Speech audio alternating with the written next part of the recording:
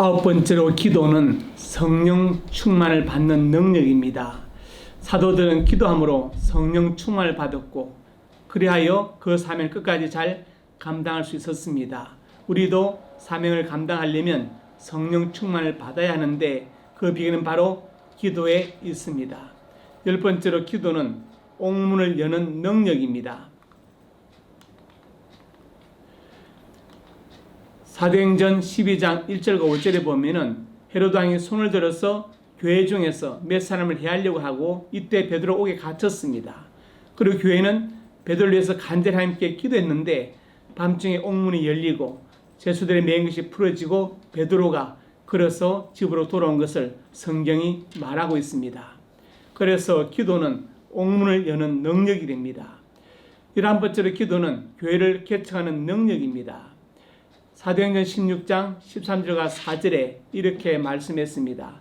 바울과 그 일행이 두아디라시에 가서 이제 기도할 곳을 찾다가 여자들을 만나서 복음을 전했는데 그 중에 루데라는 여자가 그 말을 듣고 마음이 열려서 바울의 말을 따르게 되었고 그리고 자기 집을 개척 교회로 지용한 것을 볼 수 있습니다. 그래서 기도는 교회를 개척하는 능력입니다.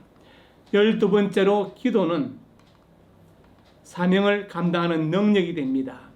누가복음 22장에 보니까 우리 주님께서 기도하시는데 아버지의 뜻이거든 이 잔을 내게서 옮기시옵소서 내 원대로 마셨고 아버지 원대 되기를 원하나이다 이렇게 기도하십니다. 예수님은 그 십자가의 그 사명을 감당하시기 위해서 기도하신 것을 볼 수 있습니다. 그래서 기도는 사명을 감당하는 능력이 됩니다.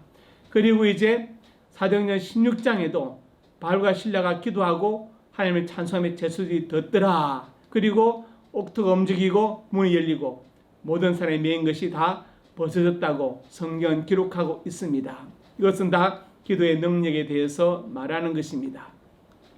13번째로 기도는 하나님의 지혜를 얻는 능력이 됩니다. 열왕기상 3장에 보니까 솔로몬 왕이 1000번제를 드리면서 하나님께 지혜를 구했습니다. 하나님께서 그 기도를 들으시고 이렇게 말씀하십니다. 내가 이것을 구하도다. 자기를 위하여 장수하기를 구하지 아니하며 부도 구하지 아니하고 자기 원수의 생명을 멸하기도 구하지 아니하고 오직 송사를 듣고 분별하는 지혜를 구하였으니 이렇게 말씀하시면서 그 다음에 내가 구하지 않은 것도 다 준다고 말씀하셨습니다. 그래서 기도는 하나님의 지혜를 얻는 능력이 됩니다. 여러분 중에 지혜가 필요한 사람들은 하나님 앞에 기도해서 솔로몬처럼 지혜를 받으시기를 바랍니다. 14번째로 기도는 하나님의 뜻을 바꾸는 능력입니다. 우리는 하나님의 뜻을 바꿀 수 없지만 우리가 기도할 때 하나님께서 그 기도를 들으시고 당신의 마음을 바꾸시는 것입니다. 하나님께서 모세의 기도를 들으시고 백성에게 화를 내리지 않았다고 출애굽기 32장에 나와 있습니다. 또 그리고 열왕기하 20장에도 히스기야 병들어 죽게 되었지만 간절히 기도하니까 하나님께서 히스기야를 다시 살려주시고 수명을 15년간 연장시켜 주신 것을 볼 수 있습니다. 그 다음에 요나서 4장 8절에 10절에 보면은 하나님은 니느웨를 멸망시키려 했지만 그들이 기도할 때 그 기도를 들으시고 니느웨를 멸망시키지 않고 다시 구원하신 것을 볼 수 있습니다. 그래서 기도는 하나님의 뜻을 바꾸는 능력이 되는 것입니다. 6번째로 기도의 모범적인 순서를 알아보겠습니다. 첫째로 하나님을 찬양함으로 기도를 시작해야 됩니다. 먼저 우리가 이것저것 기도를 하는데 제일 먼저 하나님을 찬양을 하시기 바랍니다. 지금까지 붙으신 은혜에 대해서 감사하고 앞으로 붙으신 은혜에 대해서 또 감사할 수 있어야 됩니다. 출애굽기 15장 2절에 여호와는 나의 힘이요 나의 노래라고 말씀했습니다. 그래서 우리는 기도할 때 먼저 하나님을 찬양함으로 시작해야 됩니다. 시편 113편 1절에서 4절에도 여호와 이름을 찬양할지로다 이렇게 말씀했습니다. 두 번째로 현재 나에게 있는 것으로 감사하시기 바랍니다. 없는 것으로 불평하지 하는 것이 아니라 먼저 있는 것으로 감사할 수 있어야 하나님께서 그 기도를 기쁘게 들으시는 것입니다. 시편 50편 14절에 감사로 하나님께 제사를 드리며 이렇게 말씀했습니다. 하나님은 제사를 받으시는데 제일 먼저 감사의 제사를 받으신다는 것입니다. 예를 들어서 우리가 레위기에 나오는 5대 제사, 번제, 속죄제, 화목제, 속건제, 그리고 소제를 드린다 할지라도 하나님께서 기뻐하시는 감사의 마음이 없다면 하나님은 그 제사를 받지 않으실 것입니다. 그래서 감사로 제사를 드려야 됩니다. 현재 나게 있는 것으로 감사드려야 됩니다. 시편 50편 23절에도 감사로 제사를 드린 자 나를 영화롭게 한다고 말씀했습니다. 에베소서 5장 20절에 범사에 우리 주 예수 그리스도 이름으로 항상 아버지 하나님께 감사라고 말씀했습니다.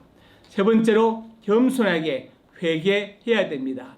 역대하 7장 14절에 하나님이 말씀하시기를 그들이 악한 길에서 떠나 스스로 낮추고 기도하여 내 얼굴을 찾으면 내 하늘을 듣고 그들의 죄를 사고 땅을 고치겠다고 말씀했습니다. 그럼 우리는 겸손하게 회개할 수 있어야 됩니다. 이것이 기도의 세 번째 순서입니다. 시편 30편 5절에도 내 물을 여호와께 자복하리라 이렇게 말씀했습니다. 요한일서 1장 9절에도 우리가 우리 죄를 자백하면 그는 미쁘시오로서 우리 죄를 사시고 우리를 모든 불에서 깨끗하게 하신다고 약속하셨습니다. 그러므로 우리가 기도할 때 세 번째로 겸손하게 회개할 수 있어야 됩니다. 네 번째로 타인을 위해서 먼저 기도해야 합니다. 이 타인을 위해서 기도할 때 제일 먼저 말씀을 전하는 주의 종을 위해서 기도할 수 있어야 됩니다. 그 다음에 교회를 섬기는 이들을 위해서 기도할 수 있어야 됩니다. 그리고 세 번째로 성도들을 위해서 기도하고 네 번째로 특별히 권세자들을 위해서 기도할 수 있어야 됩니다.